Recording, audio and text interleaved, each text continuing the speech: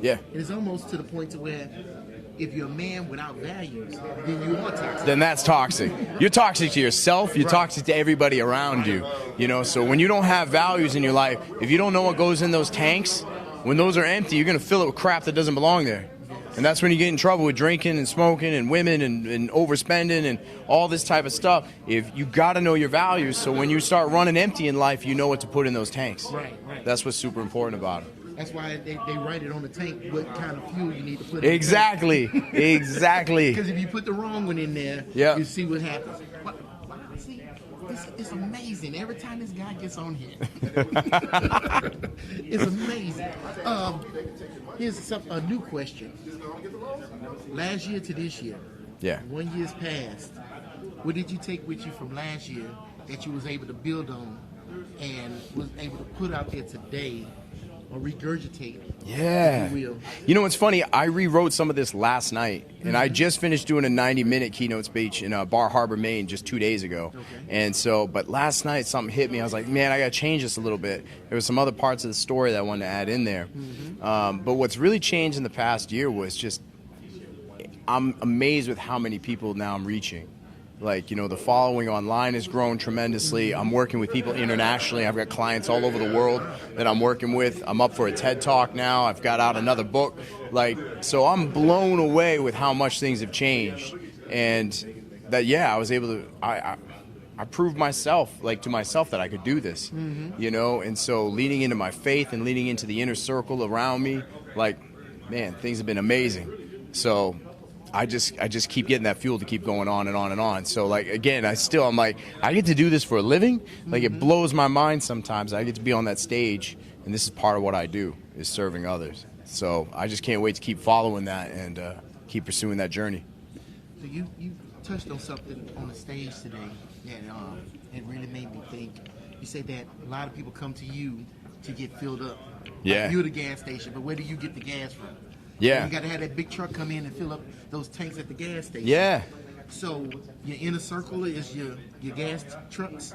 Yeah, man. So it's like, look, I love serving the other servants in this world, you know, because someone's got to pour into them. But I need somebody too. Right. And that's why I have a therapist. That's why I have coaches. That's why I have mentors. That's why I have, like, you know, beautiful people in my life like that, man. You know, and so, yeah, like, I'm only as good as the people I surround myself with. Right. And so I make sure, like, that's why I love social media too, is that I make sure that not only do I connect with these people online, but I take those online relationships offline. Right. So, like, when I travel to places, I have those connections too, and I can get off a plane and someone's there waiting to give me a hug, you know, and, like, pour into me and I can pour into them. So, again, like, I'm nothing if I don't have anybody pouring in my tank. One, it starts with my faith, and two, it starts with the people in my life. So that's everything to me. Now I got a good one for you. Ooh, I'm finna. Oh, he's gonna bring the good stuff, please. You got a lot of young people in the audience. Yeah. Right? You even had a young man, 17. You know, he was saying something. I'm like, dang, is he 17? I think. Oh, we got some rings. Yeah, there, that's you know? right. There's a lot of young people that came here on their own to learn about manhood and how to be a man and everything. You also talked about, you know, about getting praise. Yeah. Things like that. And some of those, the praises was driving you forward at some of the good and some of the bad things in your life. How are the young people in the audience listening to you, being inspired by you, and getting that praise? Yeah. How does that affect you and fill up your tank? So the praise from the young people in the audience, how does that feel? You know, those well, eyes man, on you all right, that's day. huge for me because I actually have two clients. They're brothers, and they're 13 and 16. Wow. And I absolutely love working with them. And one of the reasons why I love working with them is that, man, it's like they're so honest with their emotions, though. You know, like, they don't doctor things up, and they're not very good at BSing right now in life. Okay. They haven't developed that skill as well. You know, you can just read it, you know. But also, too, it's like they just want to figure out how to get through every day right now. Right. They're not asking me questions like, well, what's the 5-year plan on all of this work together? Like, they just want to, like, they're so hungry for, like, some kind of connection, and they don't want to be judged.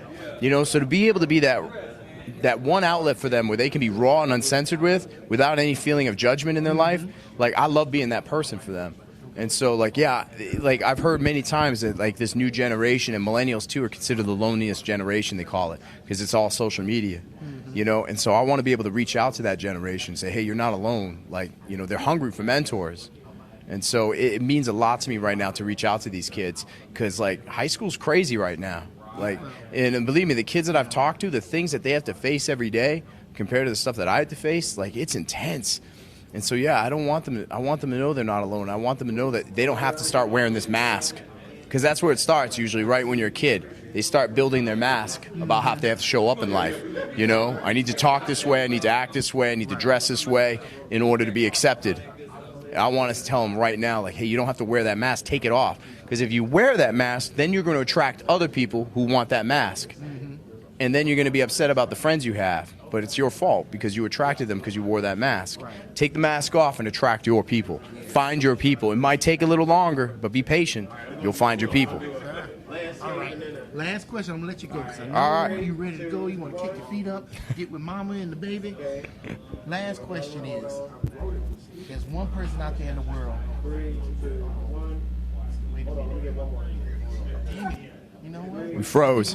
I think when you kicked that thing, you made it. I didn't kick anything. Oh, wait. That was Banks. Let me just make sure we on because I don't want to miss it.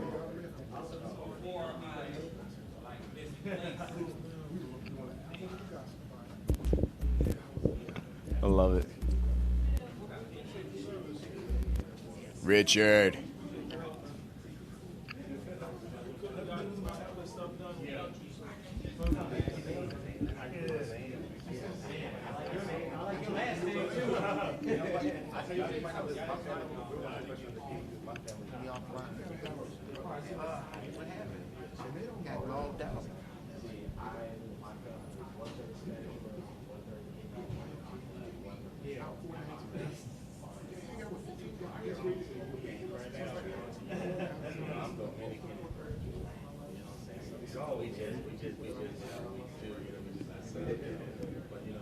I might have to ask you that last question again because that was Yeah, good stuff. I can roll it up. Good stuff like that.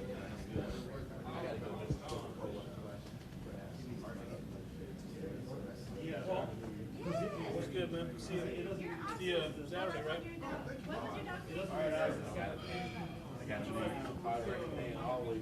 All right, man. We're back. Turn it up over there on the screen. That's what we do. We're having fun. We're having a good time today. So, Here we go. I'll shoot my information. You taking off? You got a strong personality, man. Keep your body nice and flush with the camera. Always keep it flush. Okay. Hold your chin a little bit high because you tend to drop your chin down when you talk. But I need you to say that.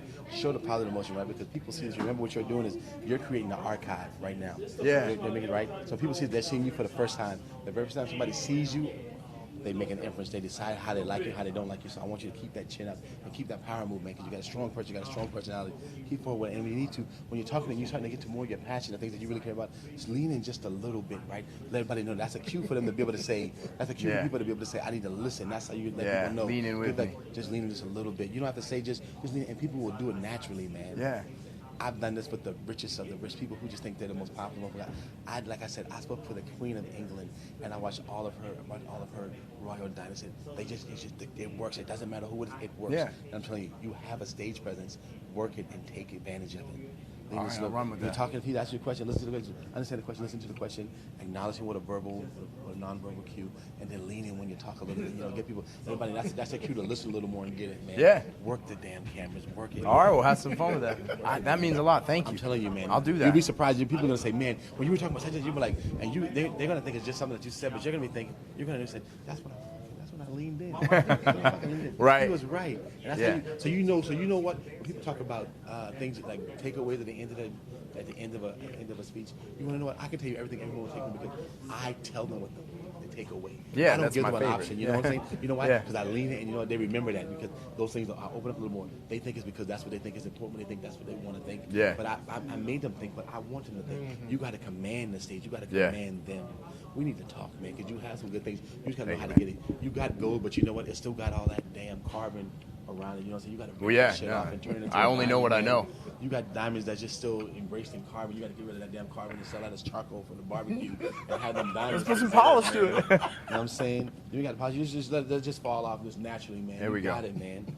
But yeah, thank you. Try it. And I'm telling you, I tell you, if I'm wrong, you'll see it right away. But I tell you, you can tell people start watching your video, be like, that makes total sense. That point, and you're gonna look at you like, that's when I didn't say anything special. They're gonna be like, what the hell? You like, what? You got it, man. Thank you. I said, man, you got it, man. Appreciate you. All right. I'll reach out to you soon. Thank you. Message thing, man. No, man, you're good. I was listening too. It's like, that's good stuff. It is good stuff. I already like the way I look right there. Sometimes you do it subconsciously, and then people saw this and I'm like, oh, he's saying something. You know, I had the best of the best coach me too, man. And you know what? It makes a huge difference, right? Yeah. When you got a good message, that's good. But you got a good message, and you got the stage message. Yeah. It sends the world in shock. You'll be surprised, man. Like I said, I know at first I said the city, Las Vegas even hired me. I said the city of Las Vegas, you know you're pretty good. And I'm competing against these movie stars, and whatever. I'm not even that kind of a person. You know what I'm saying? But you know what? But you gonna get a taste of it, man. Thank you. You got raw talent. I'm gonna get you a 4-year work.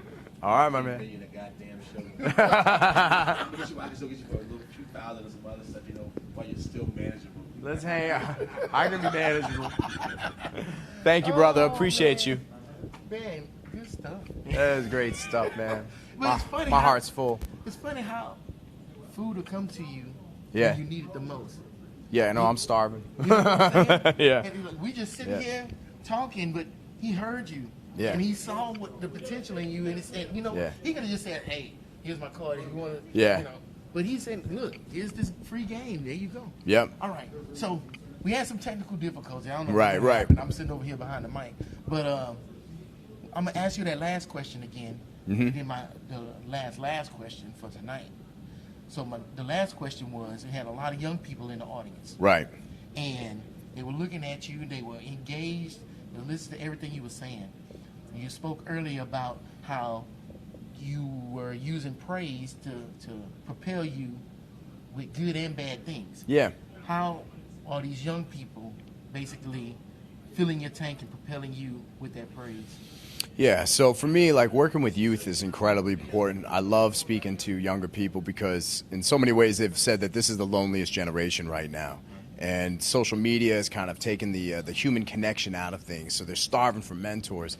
And one of the things I think adds the biggest value is like being able to let them know that they're not alone and that they can have an outlet where they can feel like they're not being judged, that they can come from a raw place. And they have just questions. And so many times these young people feel like they don't have anywhere to go with their questions. And the worst thing is this is where you start building your mask in life. You know, when you're that young, when you're in high school, middle school, that's when you start putting this mask on about how you should show up in life, about like this is how I should dress, this is how I should talk, this is how I should show up in order to get that approval that I need. And so at that young age, I want to teach people like, hey, look, like whatever mask you put on, that's the audience you're going to start attracting. That's the circle you're going to attract. And then you're going to be miserable because you don't ever feel happy around that crowd because they don't really align with who you are. They just align with the mask you're wearing. Right. So I want to teach these kids, take that mask off and attract your people. Don't be afraid to be who you are. So it fills my cup to be able to see these kids like latching onto this stuff and to see them showing up to this stuff. It gives me hope. Right. It gives me a ton of hope about the future because, like, look, that's the whole point of serving right now. I've got a mentor in my life who's, you know, a little older than I am. You know, he's more of like a father figure, and he's also a coach. But I'm like, well, what are you doing in this chapter of your life? And he looked at me and he said, you know, for me, this chapter of my life as a coach, he's like, I'm not so concerned on making the money thing. He goes, it's to make sure that men like you and some of your friends don't fall apart because we need you. Right. He goes, so you need me, I'll be on a plane, I'll be there. But I want to make sure that guys like you don't fall apart. And man, that hit me hard because I'm like, yeah, no, we need each other. You know, and so that's the thing. Servants need other servants in their lives. We need people pouring into us. So, you know, I want to help pour into these kids now because we need them. Yes, we do. The future is bleak without them. Yeah. Yeah, could you imagine? All right, now I found myself at an impasse because that beautiful question I had for you right before all this stuff. Yeah. But I'm just gonna wrap this up with you. So, no, I do remember. There's one person out there that's watching this. They're gonna come across this maybe tomorrow, next month, next year, or 10 years from now, and they just need something. something, just that one thing they hear, and it may change their whole life. Do you have something that you want to put out there in the universe for somebody to hear? Oh man, you know, I think the one thing that I want you to hear is that, like, no matter what you're going through in life, you're not alone. Like, everyone's going through some sort of adversity in life. But the thing is, though, is that you don't need to do it alone. Like, even though you might feel it, just no man climbs a mountain by themselves, ever. And so that's the whole point. Like, as human beings, we're meant to connect. So if you're feeling lost, if you're feeling like just things are unmanageable, you're feeling unlovable, like whatever it is, your finances, your relationships, like, reach out and be relentless to that. If you're not finding people that are helping you, no one's answering the phone, keep calling people, keep searching, find groups, no matter what. Don't go at this alone in life, though. Because you go at things alone in life, you're going to start making up your own stories in your head. You're only going to be, you're going to be listening to those voices in your head that are already causing problems. So find other people that are going to pour in a different mindset into your life, and it's going to change everything for you. You will find a way through it. Your adversity will always be a gift to you. It is. Hey, and if you're a veteran, you're feeling down, you feel like doing something, talk to somebody, talk to anybody. There's a million other vets that's out there that's willing to talk to you. We don't want nothing to happen to you. So I'm going to put that out there, too. That's right. Because 22 a day commit suicide, and that's unacceptable. It's 22 too many. Right. So seek help. Where can they find you? You can find me on LinkedIn, Matt Gagnon, Gagnon. Find me on Instagram at Life Story Coaching. That's Life Story Coaching. But look, just hit me up on my phone, 512-541-6561. I'm approachable. That's my cell. You can find me. Like, I'm that hardcore. Wow. Yeah. Okay, well. Look, I don't want anyone to feel alone in this world. You want to find me? That's it. Call me. All right. My number is Nunya. But you can find me right here on Facebook if you need me or want to talk about something or anything. Matt, once again, my man. Pleasure seeing you again. Pleasure being in your presence again. And it's a pleasure for you helping me be great and feel great. It's so good to see you, brother. Thank you. All right. All right. Facebook, that's going to be it. That's a wrap. This place is empty. I just sat up here and shut the lights off. ACC, shut it down. They're going to say, look, get out. And I'm still in their internet. So I'm out of here. Appreciate y'all stopping by. There's a million videos out there that you'll be watching. You chose to view this one. I appreciate you. I know you're not watching right now, but tomorrow I'm going to have 1 million views, so I'm not even worried about y'all. I appreciate y'all. Thanks for coming out. Thanks for watching. I'm not even on camera. Don't worry about it. The set's about to fall down. I got to hurry up and get out of here right now. Laters.